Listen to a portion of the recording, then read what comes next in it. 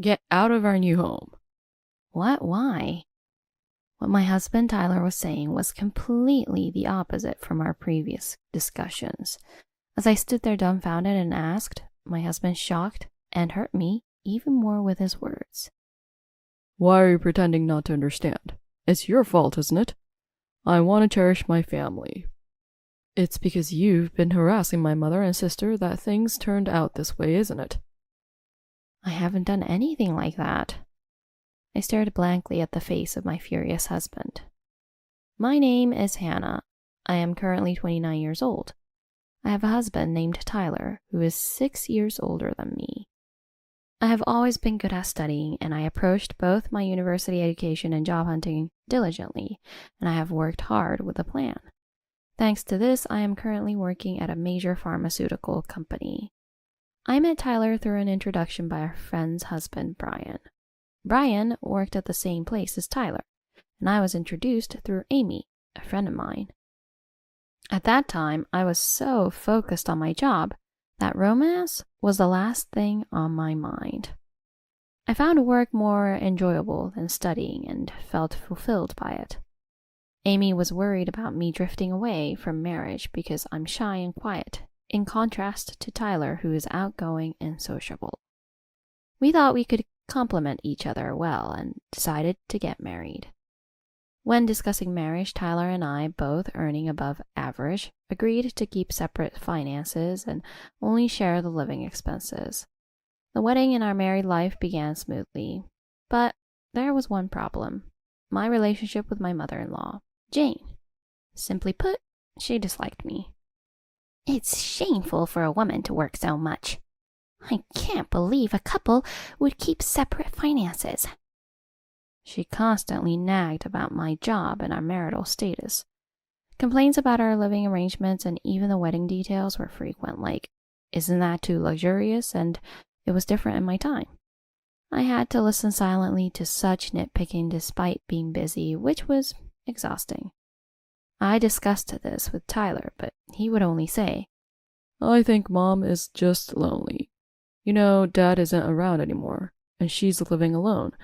Please, just bear with it and keep her company. Indeed, while she didn't summon me often or come to our house, she would complain every time we met, so I decided to continue enduring it. Despite these issues, our married life continued peacefully. At some point, we started planning to buy our own home. We had talked about buying a house before having children. Tyler once mentioned living with his mother, but then said, I think Mom would hate living with us. So we decided not to live with my difficult mother-in-law. However, I was concerned about my own parents. Tyler, if it's okay to live separately from your mother, can my parents live with us? My mom is not very strong and my dad is getting old. I'm worried about them. It would be great if we could live together. When I asked this, Tyler readily agreed. I think that's a good idea. We were planning to buy a spacious house anyway. Call them over when the house is ready. I was pleased with his approval, though I felt slightly uneasy at the time, but I didn't pursue it further. When I told my parents about living together, they were very happy. Just to be sure, my husband informed his mother that in our new home, it would be just us and my parents. Immediately after, she contacted me and complained. You're really selfish. How can you decide to live with your parents without consulting me? I'm sorry, we did consider living with you. That's fine. I refuse to live with a daughter-in-law like you. I was hurt by her words, but since I had no intention of living with her from the start, being refused was not an issue. We continued discussing with a real estate company while living in an apartment. One day, an unexpected person visited our apartment. It was Tyler's sister, Millie. She had moved out after getting married, but had returned to her parents' house after her husband cheated on her, which I had heard from Tyler. I quit my job at the same time I got divorced. I don't feel like working yet, but I need money to live. It seemed she had come to ask Tyler for money. When I went to call him, he came to the living room reluctantly. I understand, but I don't have any cash on hand right now. What? I exclaimed in surprise. It was unnatural for someone who earns more than average to have no cash on hand. I try not to carry cash.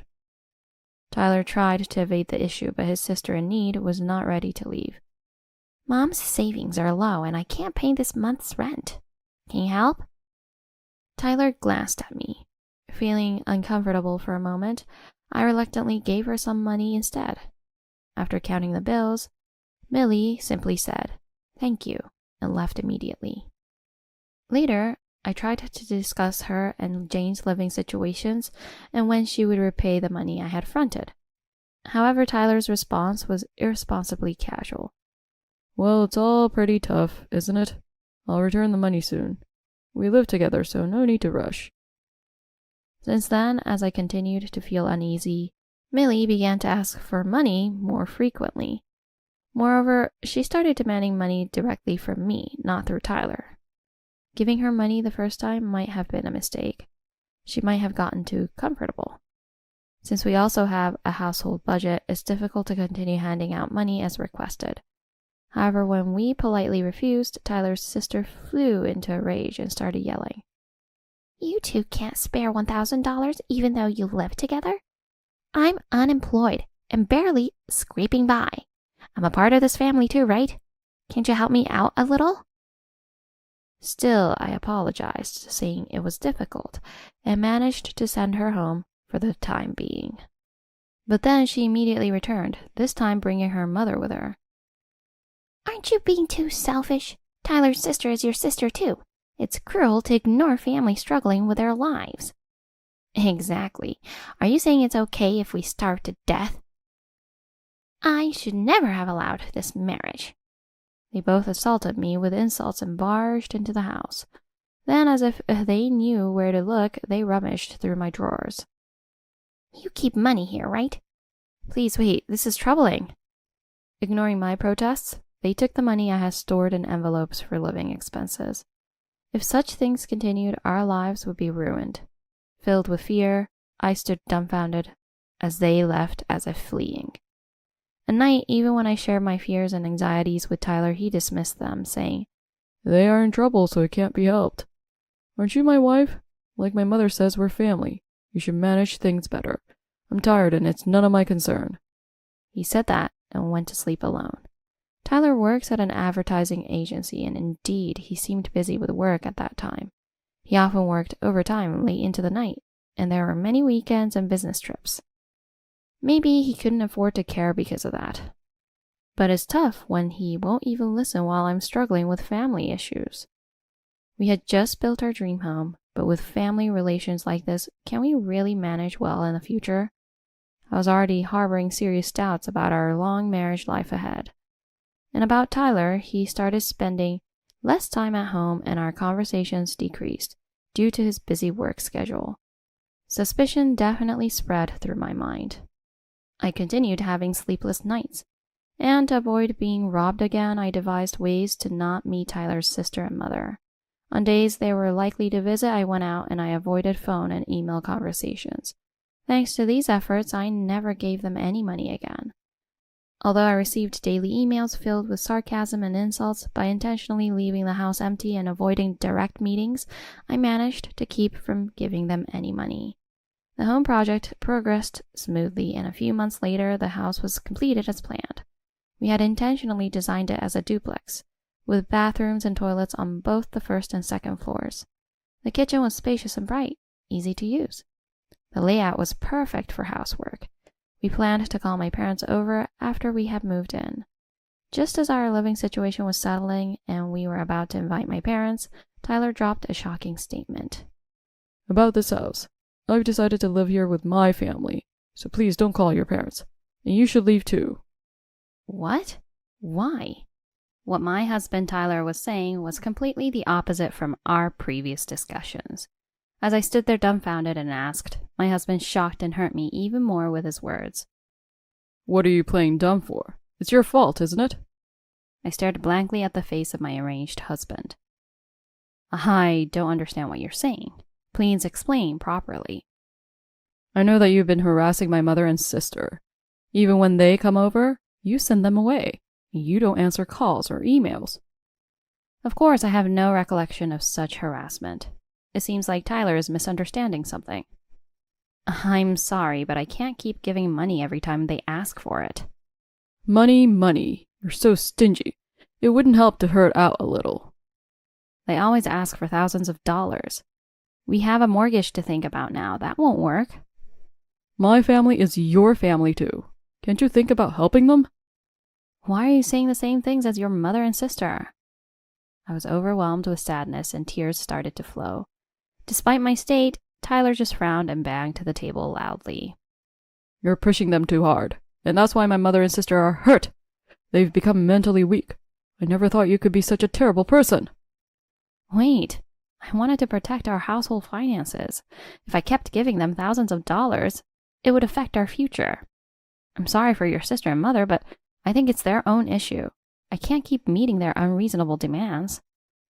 I will protect my mother and sister. I'm calling them here to live together. You've cornered my precious family and you don't understand my busy work life. I don't want to see your face anymore, so leave this place immediately. With exaggerated anger, Tyler yelled at me. I was taken aback for a while. You're supposed to be a wife in this house. Shouldn't you be more devoted to me, this house, and my family? You haven't quit your job and are working just as much as before. Do you want your earnings that badly? This marriage was meaningless. Complaint after complaint was hurled at me, and just listening was exhausting. Indeed, the lack of conversation had already broken the relationship between Tyler and me. Additionally, I have continued to refuse the financial demands of his mother and sister. It was natural for the two of them, who resented me, to enlist him on their side. Moreover, they wanted to take over our newly built home for their own benefit. And Tyler, annoyed by his work and personal life, readily believed their claims and plotted to drive me out. It would be a lie to say I wasn't hurt. After all, he was the husband I had once loved. It's sad, painful, and very frustrating that our relationship has fallen apart like this. But on the other hand, I was also considering a separation from Tyler. Even when he occasionally returned home, he wouldn't listen or even look at me, which disgusted me. And there was another reason. As proof, I had secretly prepared a divorce paper. It's really sad that our house, which we built together, has come to this. But if you insist, then it can't be helped. For you and your family's sake, I'll give up the house. But in return, I have something to say. I don't want a separation where I just leave. So I want you to sign this divorce paper. When I placed the new divorce paper on the table, Tyler scoffed with a mixture of astonishment and derision. You're well prepared. What do you mean? I have also reached my limit with our life together. If you want to kick me out, it's the same. Let's talk about moving towards a divorce now. This situation was unexpected for me, so to ensure it doesn't happen again, I will record our conversation from here on. Tyler frowned unhappily but reluctantly agreed. That night, I compiled the discussions related to the divorce. Since we kept separate finances as a couple, there was no division of assets. The house was originally purchased in Tyler's name, so he would continue to pay the mortgage. After all discussions were finalized, Tyler signed the divorce papers. I quickly packed my bags, took the divorce papers, and left the house. At the front door, I suddenly asked Tyler something that concerned me. Hey, about what we just decided, aren't you unemployed now? Are you really able to pay the mortgage? I expected him to get angry or make excuses, but Tyler avoided my gaze and gave a foolish response. Huh? What are you talking about? Disgusted by his attempt to feign ignorance, I was utterly dismayed. Yes, I knew it. I knew that Tyler was about to be fired from the advertising agency where he worked. Despite his circumstances, his feigned ignorance only fueled my disdain. I couldn't deal with him or his family anymore. But I was now a stranger to him, no longer involved. He could do as he pleased. Moreover, I had already investigated his actions. I had taken measures in advance. Then I returned to my parents' house with my belongings to start a new life. My parents were sorry to hear about my divorce, but when I expressed my desire to support them, they accepted it warmly. A peaceful daily routine began, commuting from the house where I lived with my parents to the company. It was just after that when it happened.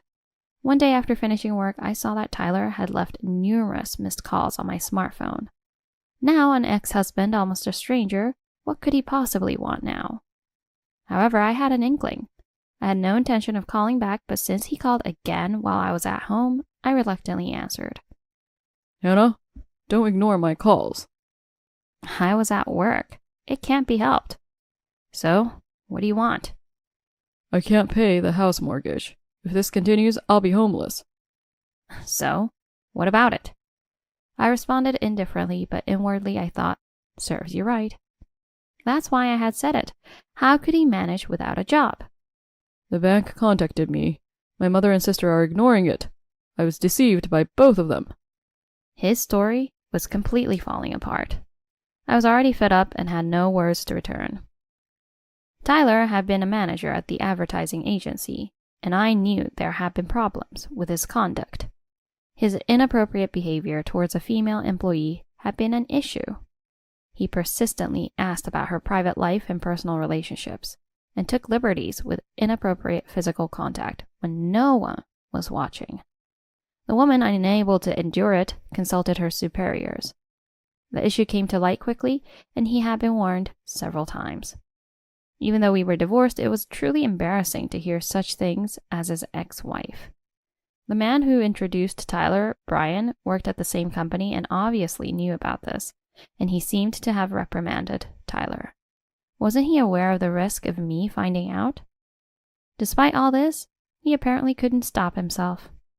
Meanwhile, the company was advancing its efforts to create a better working environment for women, and Tyler's actions were severely scrutinized. He thought he was being discreet, but his efforts were sloppy. Eventually, after several meetings, it was decided that his behavior was too much, and he was to be dismissed. I heard about this through Amy via Brian. And the day after we separated, Tyler was officially notified of his dismissal. The day we decided on the divorce, he had responded foolishly when I mentioned his unemployment, unable to accept that he was about to lose his job and wanted to cover it up. I certainly won't sympathize, but honestly, I started to feel pity for him. I'm troubled to hear that, but we're divorced now. We're strangers, so you have to manage your mortgage on your own. Even if we're divorced, you're still my ex-wife. What's with that attitude? I don't want to hear that from someone who's been fired. Do you think I don't know? You knew after all. I thought it was strange when you said that back then.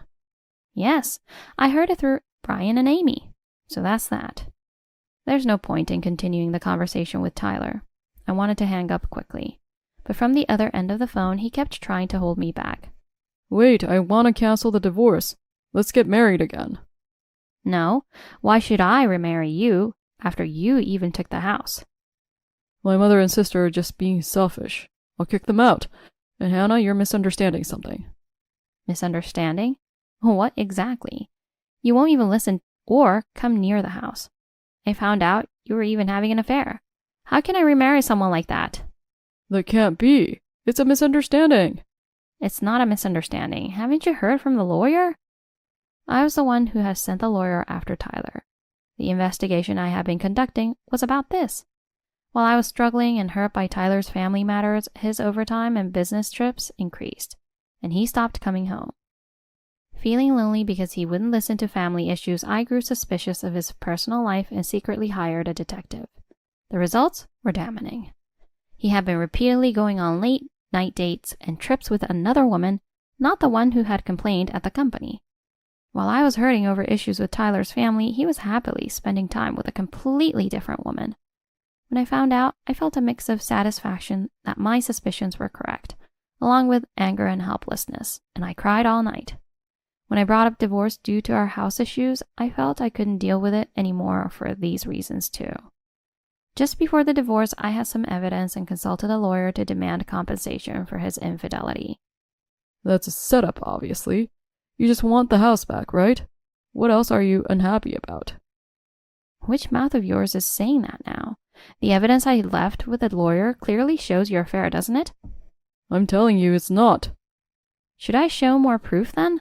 Besides what I left with a lawyer, there are other things that definitely confirm your affair. Why won't you believe me? Because it's the truth. I got fed up with my ex-husband pathetically pleading his innocence, and I couldn't help raising my voice. Anyway, I'm really struggling to pay the mortgage, so I want us to remarry and for you to come back home. Of course, I refuse. Please, you're still working, right? I admit the misunderstanding. You weren't bullying my mother and sister.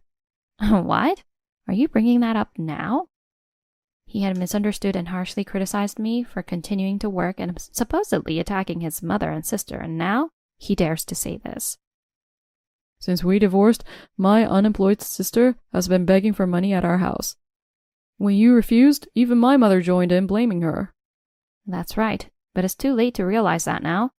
Who was it that was playing around with his affair partner while I was suffering because of those people? I'm sorry. I've admitted it, so let's leave it at that.